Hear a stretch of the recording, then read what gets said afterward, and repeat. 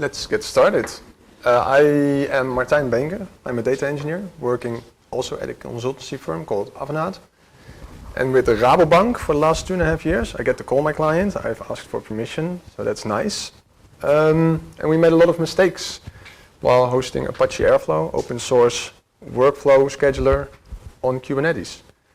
A lot of mistakes that could have been prevented in hindsight, so I'm here telling them to use, so you don't have to make the same mistakes, hopefully. Didn't prepare a whole lot, didn't learn the presentation by heart, so if you want me to deviate, let me know. We're in a small company, so that's okay. A quick show of hands, who has heard of Kubernetes before? That's most. Who have worked with Kubernetes? Implemented stuff like a pods, PV, PVC, storage classes, type of stuff. Okay, I'll do some quick primers for the folks that don't know all those abbreviations, so don't worry.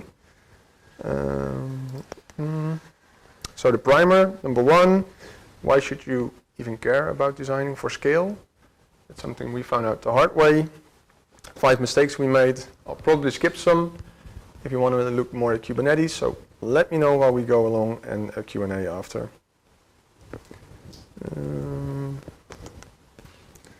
Let's see. I want to show the cluster, and we interact with the cluster using a command line tool called kubectl. Should look familiar for most of you guys. And if I say, get me my pods.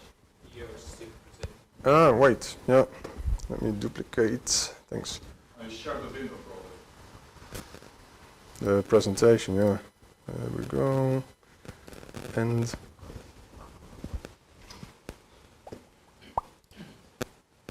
yeah.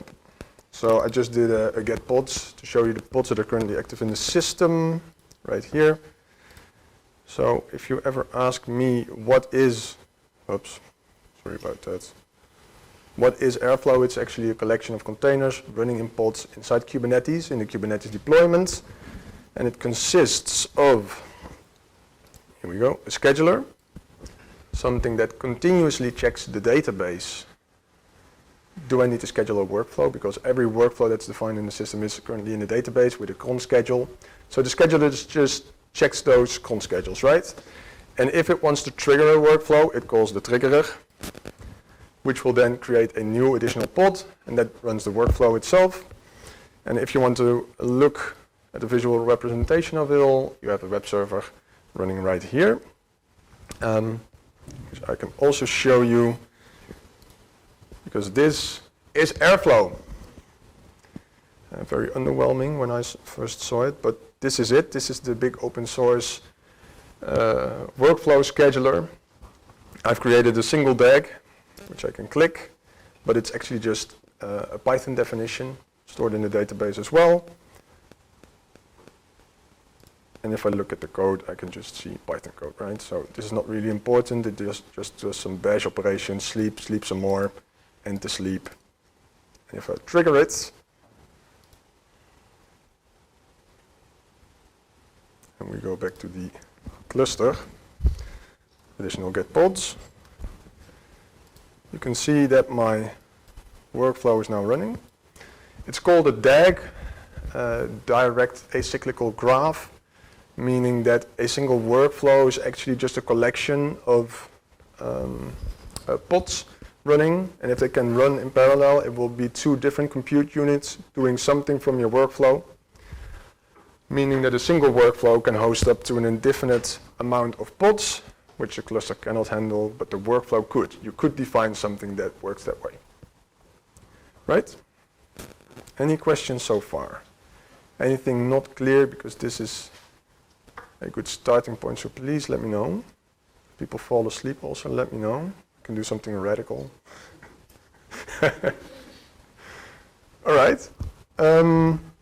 Now the cool stuff about Kubernetes. If I say, for instance, kubectl delete pod, and I'll go for the Airflow scheduler. Boom. Now my system would be down in a classical system because I just took away the scheduler part of the system. But if I now do again a get pods, I see that a new scheduler is being initialized. Can you zoom the console a little bit? Yep. So new schedule is being initialized. There's some stuff that it does before it reports as ready, and ready as a pod means that a service will redirect traffic to a pod. Right? So if it's not ready, the pod will not get any traffic coming in. Why is this important? The respawning of my scheduler pod is done through something we call a deployment. Right? It's like a governing body that governs the pod and how it works. So if I can say kubectl get deploy and hit enter, I can see that there's a deployment that governs my scheduler, right? And if I say kubectl edit deploy Airflow scheduler, I'm now in the deployment manifest, and the cool stuff is right about here. This is why people like Kubernetes. It is the specification of the installation of my scheduler. So let's say I have now a new Docker container which hosts my scheduler with some additional features, so it's a new version, right? I want to deploy it. According to this update strategy or installation strategy, I'll do a rolling update. I can have a max surge of 25%, meaning 25% of the current pods. I can create new pods. I rather have this one specified in absolute numbers, like 1 or 2, makes more sense. And max unavailable will specify how much time can I be unavailable, how much time can there be no available pods, right? We don't want this actually. So if I would specify max surge of 1, redeploy the same deployment, I'll get 2 running scheduler pods, and only if the new one is marked as ready, so it can accept incoming traffic, will the old one scale down. So seamless deployment. That's how we sold it to Rabobank, but there was nothing really seamless going on there. So let's get back to the presentation. That was a quick primer. So containers is just isolated workflow, right? Your application, environmental settings, anything you need to run your app. Kubernetes is your orchestrator, your manager at work. If it sees more work coming in, it will hire more workers. If it sees work drying up, it will try to get rid of workers. Kubernetes can do that a bit more efficiently as managers can do in Dutch legal circumstances.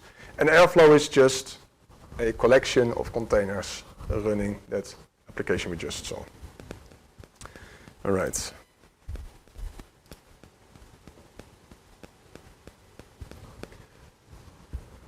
Why should you care about designing for scale? We saw that Airflow, Apache Airflow, the application, reacted very differently, almost a new application, when the number of users started increasing. So as traffic increases that goes to your application will behave differently. Especially if you use a PostgreSQL database backend. I'll get back to that later. But if you stay unprepared, if you don't take these things that I'm going to tell you into account, you'll probably have some performance degradation that is preventable. As your user base grows, performance degradation or unavailability becomes increasingly expensive, right?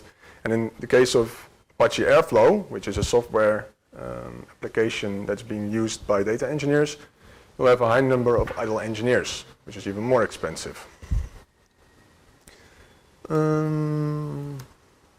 Yeah. So first failure. I'll also get my phone out just to see that I'll stay within time limits. All right. So we have a Kubernetes cluster, and a Kubernetes cluster in Azure runs on a virtual machine scale set. And a virtual machine scale set is just a bunch of VMs, right? Which can automatically scale up or down according to your needs. One of those instances I call in my presentation a node. And we started off with this setup with 2 nodes. We'll run pods like the scheduler, the triggerer, the web server. I'll just call them pods in this presentation. And the database we chose to also run inside the cluster, which is just the compute engine of the database, not the actual data, that is stored on a persistent volume, PV, and that was somewhere pointing to an Azure file location, right? So we were happy that we were here. We knew that the virtual machines. Yeah. Why did you opt for database on Kubernetes versus PaaS hosted? Yeah, we found it very easy, or thought it was very easy, to have everything located inside the cluster. Because Side makes sense. yeah, so we wanted to have just a cluster to operate on, because then you can just ask for engineers with Kubernetes knowledge and Docker knowledge instead of Kubernetes, Docker, but also Azure, right? Because at Rabobank, they have very high standards when it comes to security. So if you want to do PostgreSQL database in Azure, you'll have to also specify, well, don't allow any public connections and only allow public connections coming over private servers and private endpoints into the database. So now we're already looking for people that also know about Azure, Azure networking, private service, private link. So we thought at first, let's do it in the cluster. Keeps the skill set of all the related engineers to a bare minimum, or based or selected to a bare minimum, which we later found out was not very convenient. I'll show you why. There's a bunch of reasons. But if pressure starts building up on a certain node in Kubernetes, Kubernetes will scale up. It will add a new node. And if this particular pod that needs an additional node is your web server or your scheduler or your triggerer or one of those DAG created pods, that will go perfectly fine. But Kubernetes will also redistribute your workload because it adds a new node and it will see, hey, wait, the workload is now very skewed across all my different nodes, and it might just select your database engine to be hosted on the next node. Just one Yeah. quote or something. This is the best practice. I was planning after the nearest question to say. I know that when you have a DB, it must be on a separate node or separate, completely divided from all of the components that you're using. Yeah. Especially you with the data, I suppose a lot of data you're using. So. And especially also a lot of database connections. But you came to the problem now. So now it's only best practice. So it's all good. The database was unavailable while the cluster was moving the actual workload between the nodes. Correct. And this application makes a lot of database connections. I'm not sure if anyone's working with Apache Airflow currently in the room. You did. So Apache Airflow, if it spins up one of those worker pods, right? The worker pod will use your database as a broker to communicate with the rest of the application that a part of your job is running. So it will use a database table and it will then check in every 5 or 10 seconds. I'm still alive, I'm still running, I'm still doing this, I'm still doing this. The other part of the application, the scheduler, for instance, or the triggerer, will check the database every few seconds. Are you still running? Are you still running? Are you still running? Meaning that the pod that we just started, maybe it's already visible. Wait, I'll have to end my slideshow again. Because I have an Azure PostgreSQL PaaS service running in the backend. Let's do a refresh. There we go. Here you can see that there's 16 open connections for what I just did. Trigger that pod, trigger that particular DAG in Airflow. 16. That's massive. That was more than we expected. And we currently have over 1,000 DAGs running concurrently on the platform, meaning that we have, well, at least we stressed out that Azure PaaS database. So I'll get back to that and how we solve that later on. But just a few seconds of downtime for that database compute engine already led to multiple failed connections and failing workflows in a production environment. So that was there, that was there. So how do you solve it? You gave away the answer. Introduce a second node pool. So you can define a pool in which nodes are being spun up. The pool has an additional stock keeping unit or SKU. Don't scale this one. That really helps. Also apply a taint to node 4, meaning that pods that spin up which don't have a toleration for the taint are not allowed to run on node 4. And also apply node affinity to your database pod. Because node affinity will pin your pod to a node, and taints and tolerations will only keep stuff out that's not wanted, right?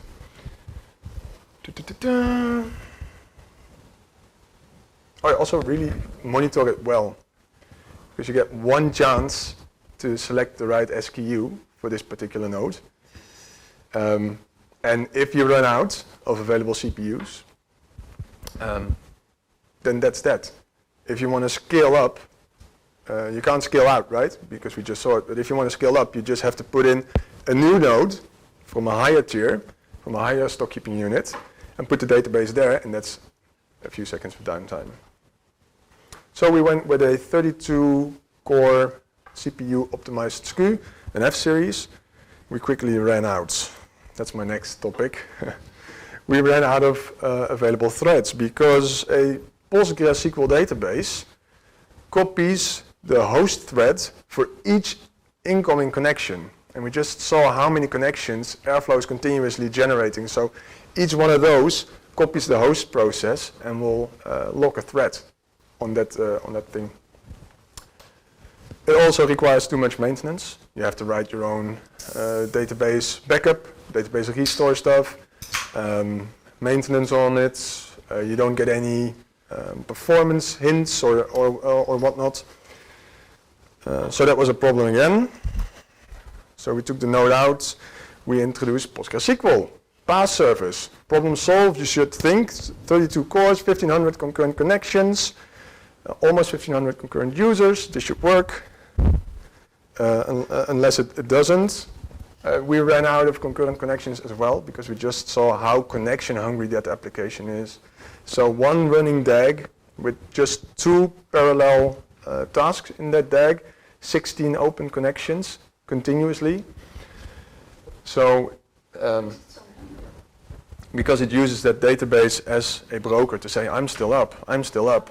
And so each pod represents a task in your DAG, like sleep or do something in Azure Data Factory or do something in Databricks or do something in Synapse, right?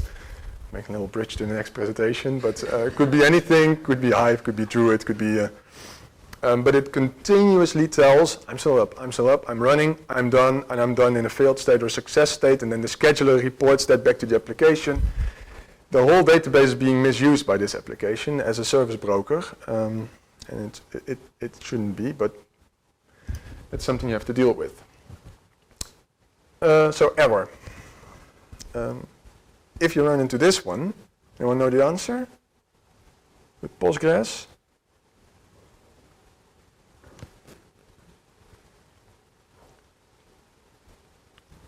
No. Yeah. Yeah. Flexible server. So Azure Postgres PaaS service flexible server comes with a connection pooler. Yeah. So PG Bouncer or any other type of connection pooler. You can host it also in the system. We went with a single server because we didn't need the capacity of flexible server. You pay a bit additional. That meant reintroducing node number 4, which isn't scalable with all the taints, tolerations, and node affinities. So it's good that we covered that in a previous slide, and we'll host PG Bouncer. And PG Bouncer knows about the problem of PostgreSQL, of copying that host process for each incoming connection. So this one takes up all incoming connections and then redistributes them over a few open active connections to the database. So after implementing PG Bouncer, we went from over 5,000 concurrent connections to the database to about 32.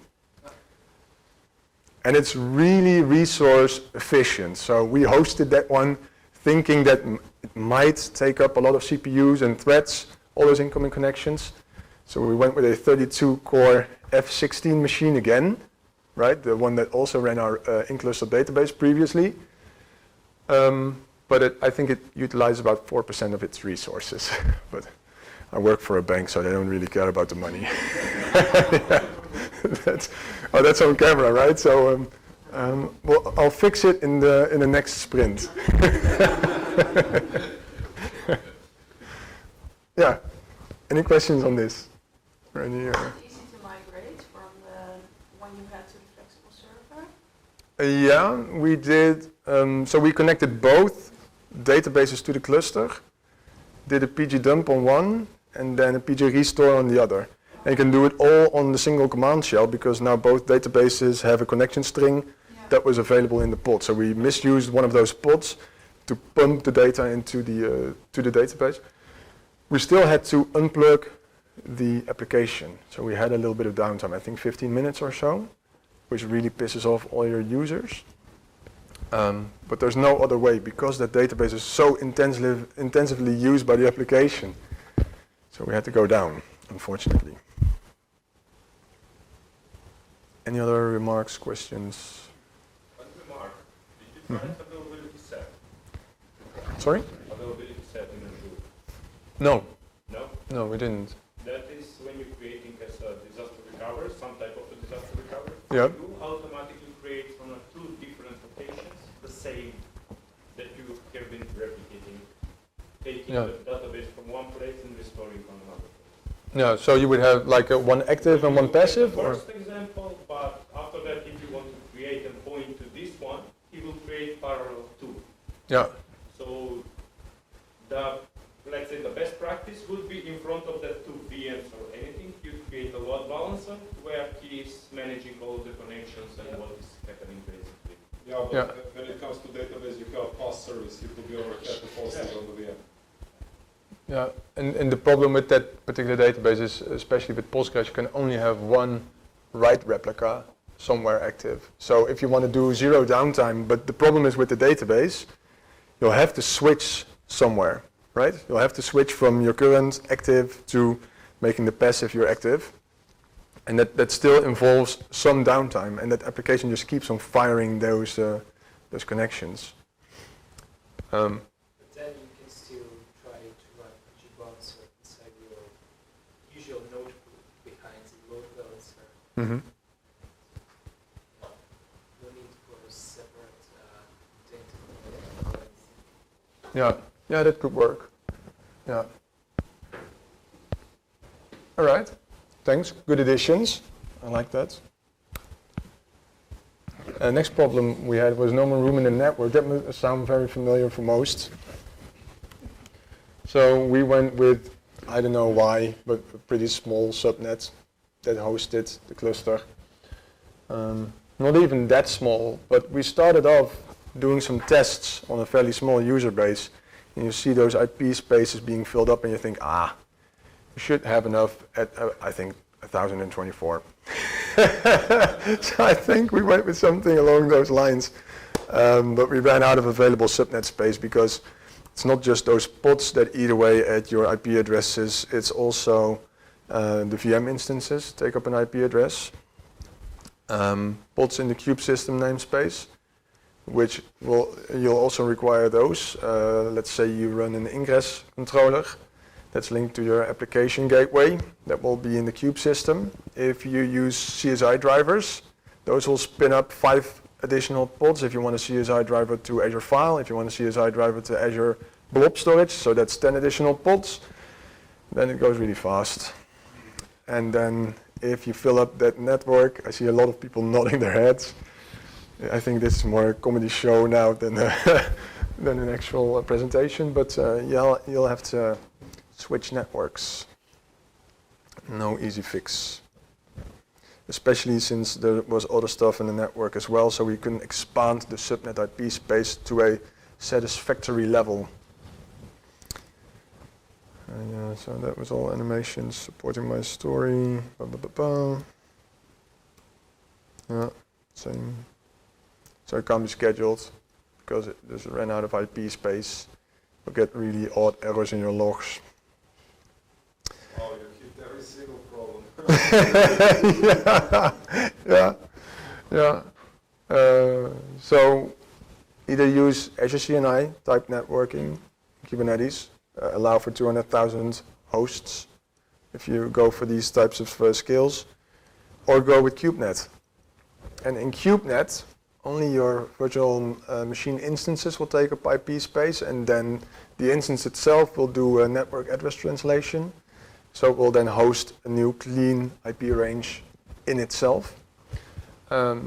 Does come with a small CPU overhead to perform NAT, but that's very minimal, very, very minimal.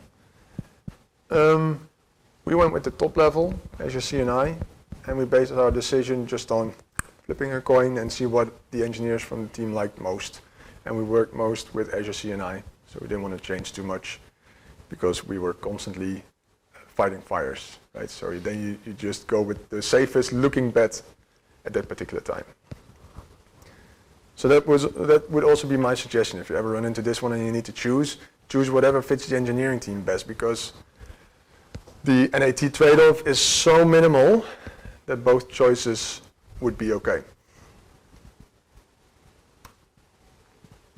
User proficiency and trust. This really boils down to, we thought we had very competent users. We didn't. So we need to come up with a way to also provide real-time support for people messing with the system, because Airflow just gives you Python definition files and you can do whatever you like in Python. Import OS, import sys, and there we go. And then you can do whatever you like, do system calls, right? So make sure you scan everything they upload to your application and block it if they use import sys or import OS.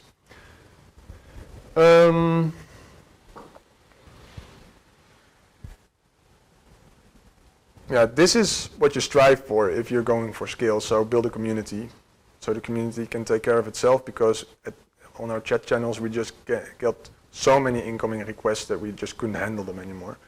And that really ranged from really cool techie type questions that we want to dive into, all the way to what's Python? How do I install Apache Airflow locally in a virtual environment so I can just parse my code and see if I did well? And then also monitor this and don't tolerate flaming, because people start flaming at each other even within a commercial organization. You wouldn't believe the stuff you would see. That's a really stupid question. All right, thanks. It happens. So be sure to also monitor it and provide answers yourself as a sort of a core competency team to build that community. And our last failure is application settings. So Airflow comes with what it sometimes feels like thousands, but I think it's hundreds of application settings that dictate the parallelization of work within the system. And if you leave them at the defaults, your system will soon start to degrade in performance and user experience.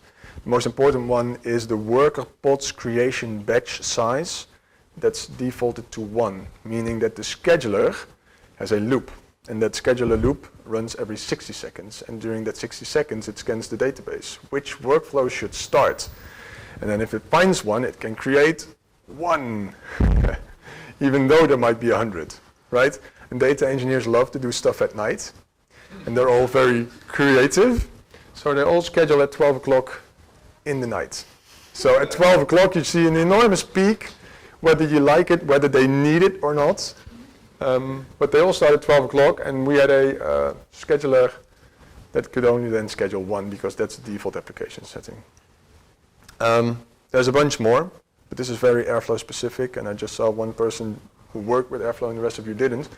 So I'll keep this to a more general advice. Have an environment ready where you can stress test your application, which has production-like settings and production-like hardware.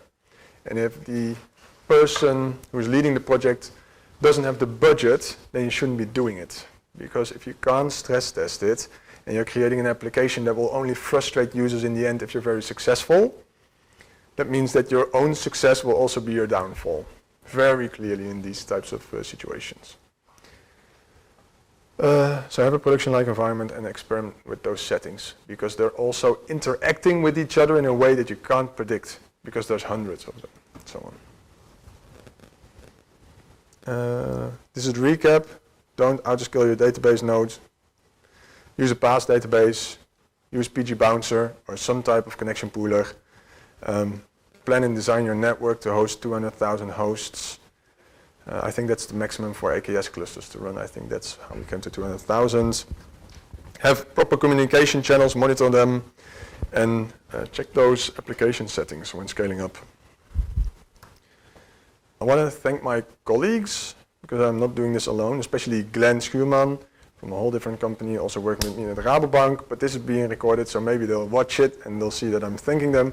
Germany, Krijn, Sabine, Oscar, all the folks at Rabobank. This is me. I will skip this in the beginning. Yeah. All the samples that I ran at the start are also available on github.com/lowercase. If you want to check it out, you can. That's it. Good.